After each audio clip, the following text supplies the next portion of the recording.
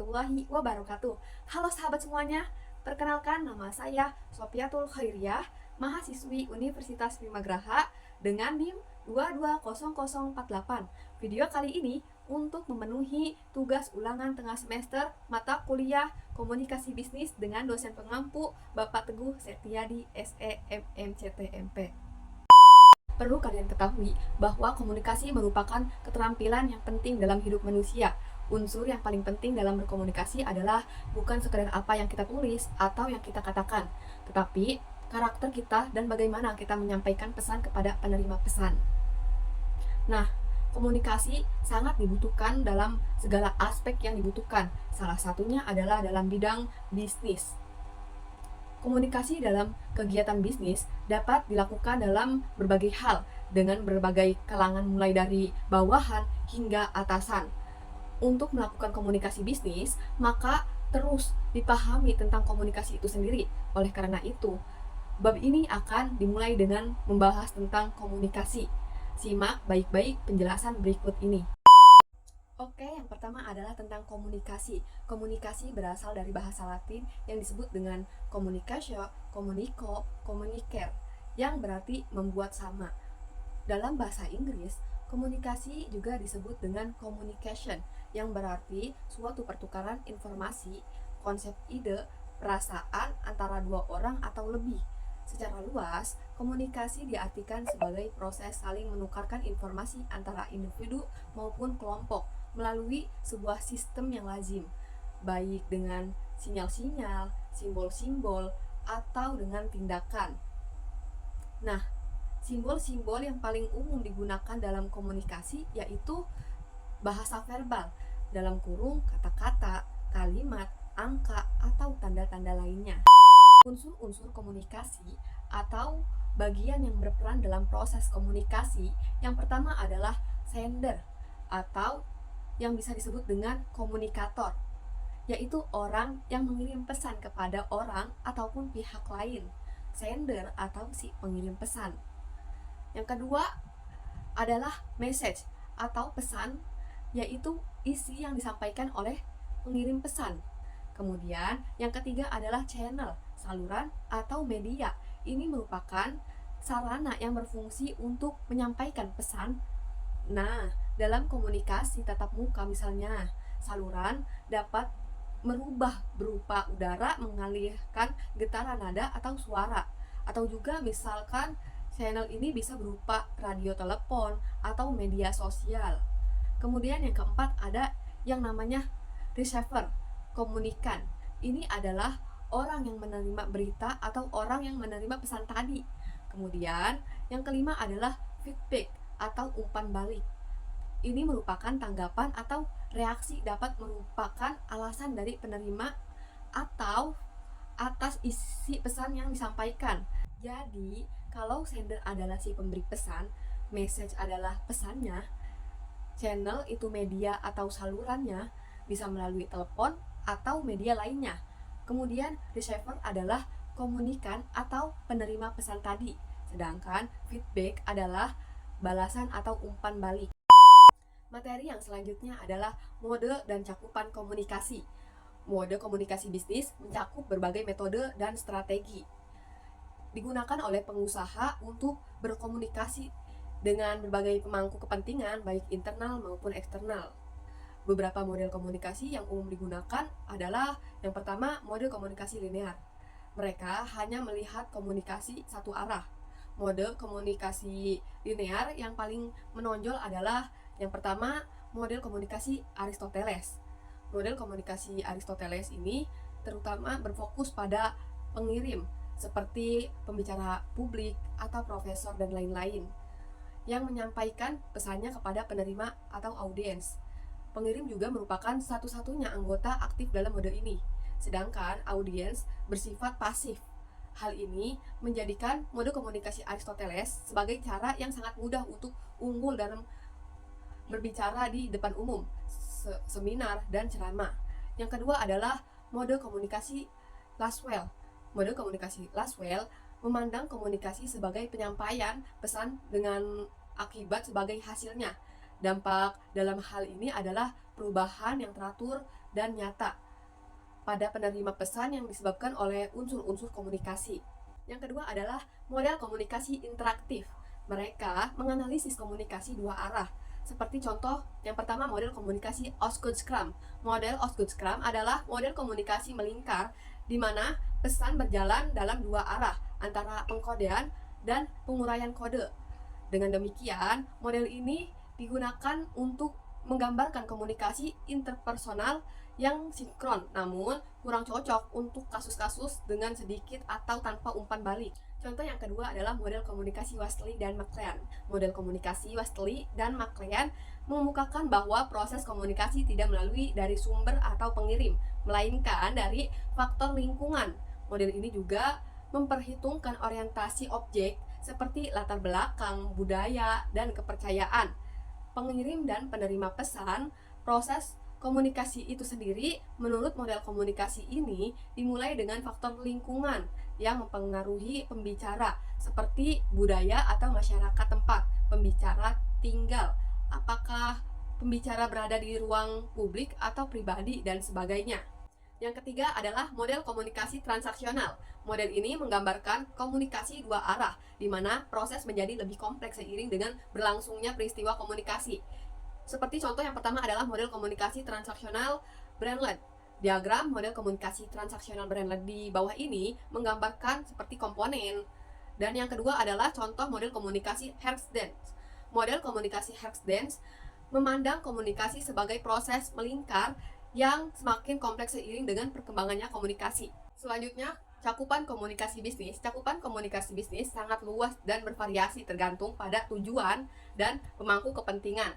Cakupan komunikasi bisnis melibatkan berbagai pemangku kepentingan seperti karyawan, pelanggan, investor, pemasok, masyarakat, dan media. Selanjutnya adalah tujuan komunikasi bisnis. Ada 4 tujuan umum dalam unsur komunikasi bisnis dalam perusahaan, yaitu penyampaian informasi atau informing, persuasi atau persuading, kolaborasi atau collaborating, integrasi atau integrating. Penjelasan yang pertama, menyampaikan informasi atau informing. Setiap jenis komunikasi bertujuan untuk menyampaikan informasi kepada pihak lain. Dalam komunikasi bisnis, informasi yang disampaikan berkaitan dengan kondisi bisnis, seperti operasional, manajerial, keuangan, atau pemasaran. Perusahaan perlu menggunakan media yang tepat dan sesuai kemampuan internal perusahaan agar informasi tersampaikan secara efektif. Yang kedua adalah persuasi atau persuading. Komunikasi bisnis juga bertujuan untuk persuasi atau mengajak pihak lain agar bisa melakukan pesan yang disampaikan. Tujuan ini biasanya diterapkan dalam aktivitas negosiasi antara dua belah pihak yang terlibat, baik secara internal maupun eksternal. Yang ketiga adalah melakukan kolaborasi atau collaborating. Komunikasi bisnis juga berguna untuk meningkatkan kolaborasi atau kerjasama bisnis antara seorang karyawan dan karyawan lainnya, maupun pihak eksternal.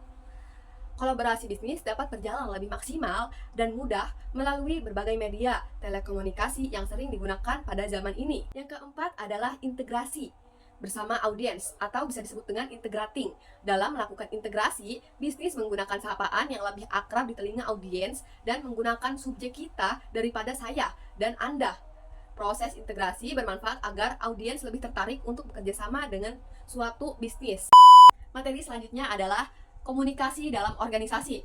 Komunikasi organisasi adalah proses menciptakan dan bertukar informasi atau pesan di dalam suatu jaringan, mengatasi lingkungan serta keadaan yang dinamis. Secara umum, fungsi komunikasi meliputi penyampaian informasi dan pendapat agar diterima masyarakat luas, menambah wawasan, cara untuk mempengaruhi dan membujuk orang lain agar untuk mengenal diri sendiri, pencair ketegangan, jembatan penghubung dengan orang lain, dan menghindari kesalahpahaman. Secara garis besar, fungsi komunikasi dalam organisasi terdiri dari 4 poin, yaitu yang ke-1 adalah informatif.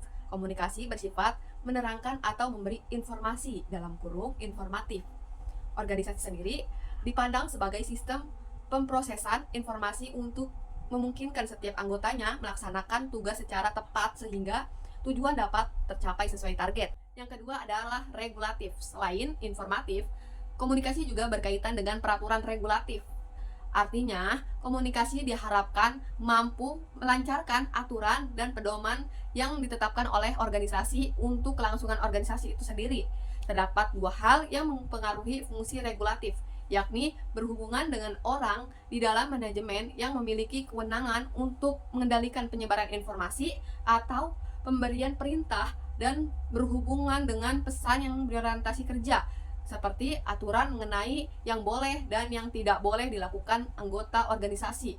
Adanya komunikasi membuat pemimpin maupun anggota lebih leluasa menjalankan tugasnya sesuai aturan yang ada. Yang ketiga adalah persuasif. Sesuai namanya, fungsi persuasif bersifat membujuk atau meyakinkan secara halus. Alih-alih memerintah secara langsung, pemimpin organisasi lebih memilih memanfaatkan komunikasi persuasif untuk membujuk anggotanya melakukan sesuatu. Fungsi persuasif dinilai memudahkan pemimpin untuk mengatur bawahannya. Pasalnya, pekerjaan yang dilakukan sukarela akan menghasilkan kepedulian yang lebih besar.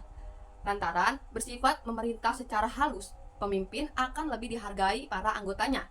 Yang terakhir, yang keempat adalah integratif. Fungsi integratif berhubungan dengan penyediaan saluran atau hal maupun alat yang bisa mempermudah anggota melakukan tugas dan melaksanakan perintah dengan baik. Umumnya, setiap organisasi akan berusaha menyediakan saluran sehingga setiap organisasi dapat berkomunikasi serta melaksanakan pekerjaan sesuai tugasnya. Terdapat juga dua saluran komunikasi untuk mewujudkan hal tersebut, yakni diantaranya adalah formal dan informal. Saluran komunikasi formal meliputi penerbitan khusus yang berada di lingkup organisasi tersebut, seperti contohnya laporan kemajuan, jurnal mingguan, atau bulletin. Sementara saluran komunikasi informal meliputi pertandingan olahraga, perbincangan pribadi selama istirahat berlangsung, atau dharma wisata. Pelaksanaan kegiatan tersebut tidak hanya menumbuhkan keinginan berpartisipasi, melainkan juga merekatkan hubungan seluruh anggota organisasi. Materi yang selanjutnya adalah mengenai jenis-jenis komunikasi bisnis. Setiap jenis komunikasi memiliki cara dan tujuan yang berbeda-beda. Terdapat beberapa jenis komunikasi bisnis seperti komunikasi horizontal, komunikasi vertikal, dan komunikasi horizontal. Yang pertama adalah mengenai komunikasi horizontal. Komunikasi horizontal adalah jenis komunikasi antara orang yang memiliki posisi atau level yang sama di dalam perusahaan. Jenis komunikasi ini terjadi antara dua manajer departemen yang berbeda atau antara dua karyawan yang bekerja di departemen yang sama. Komunikasi horizontal dapat membantu memfasilitasi koordinasi dan kolaborasi antara departemen atau tim. Yang kedua adalah komunikasi vertikal. Komunikasi vertikal adalah jenis komunikasi antara orang yang memiliki posisi atau level yang berbeda di dalam perusahaan, seperti antara karyawan dan manajer. Jenis komunikasi ini dapat membantu karyawan memperoleh umpan balik dan mendapatkan arahan dari manajer. Sementara manajer dapat membantu dan mengawasi kinerja karyawan. Yang ketiga adalah komunikasi diagonal. Komunikasi diagonal adalah jenis komunikasi antara orang yang memiliki posisi atau level yang berbeda di dalam perusahaan yang tidak secara langsung terkait, seperti antara karyawan di departemen yang berbeda. Jenis komunikasi ini dapat membantu meningkatkan keterbukaan dan memfasilitasi kolaborasi antara departemen atau tim yang berbeda. Materi yang selanjutnya adalah pesan. Secara bahasa, pesan artinya perintah, nasihat, permintaan, amanat yang disampaikan lewat orang lain, perkataan seperti nasihat atau wasiat yang terakhir dari orang yang akan meninggal dunia. Jenis-jenis pesan. Jenis-jenis pesan dalam komunikasi terdiri dari pesan negatif dan pesan positif. Pesan negatif seperti penolakan, keluhan, atau komplainan, sedangkan pesan positif seperti penerimaan, ucapan selamat, dan pengakuan. Jenis-jenis pesan lainnya seperti yang pertama nominal, ekspresif, terkadang disebut dengan emosional, predikatif, terkadang disebut dengan proposisional. Selanjutnya bentuk-bentuk pesan. Dapat diartikan pernyataan yang dihadirkan dalam bentuk lambang-lambang atau simbol-simbol yang mempunyai arti. Dan unsur-unsur pesan dapat dimengerti dalam 3 unsur, yaitu kode pesan, isi pesan, dan wujud pesan. Yang pertama adalah kode pesan. Kode pesan adalah sederetan simbol yang disusun sedemikian rupa sehingga bermakna bagi orang lain. Contoh bahasa Indonesia adalah kode yang mencakup unsur bunyi, suara, huruf, dan kata yang disusun sedemikian rupa sehingga mempunyai arti. Yang kedua adalah isi pesan.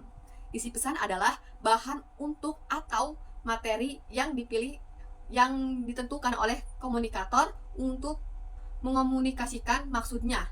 Yang ketiga, wujud pesan.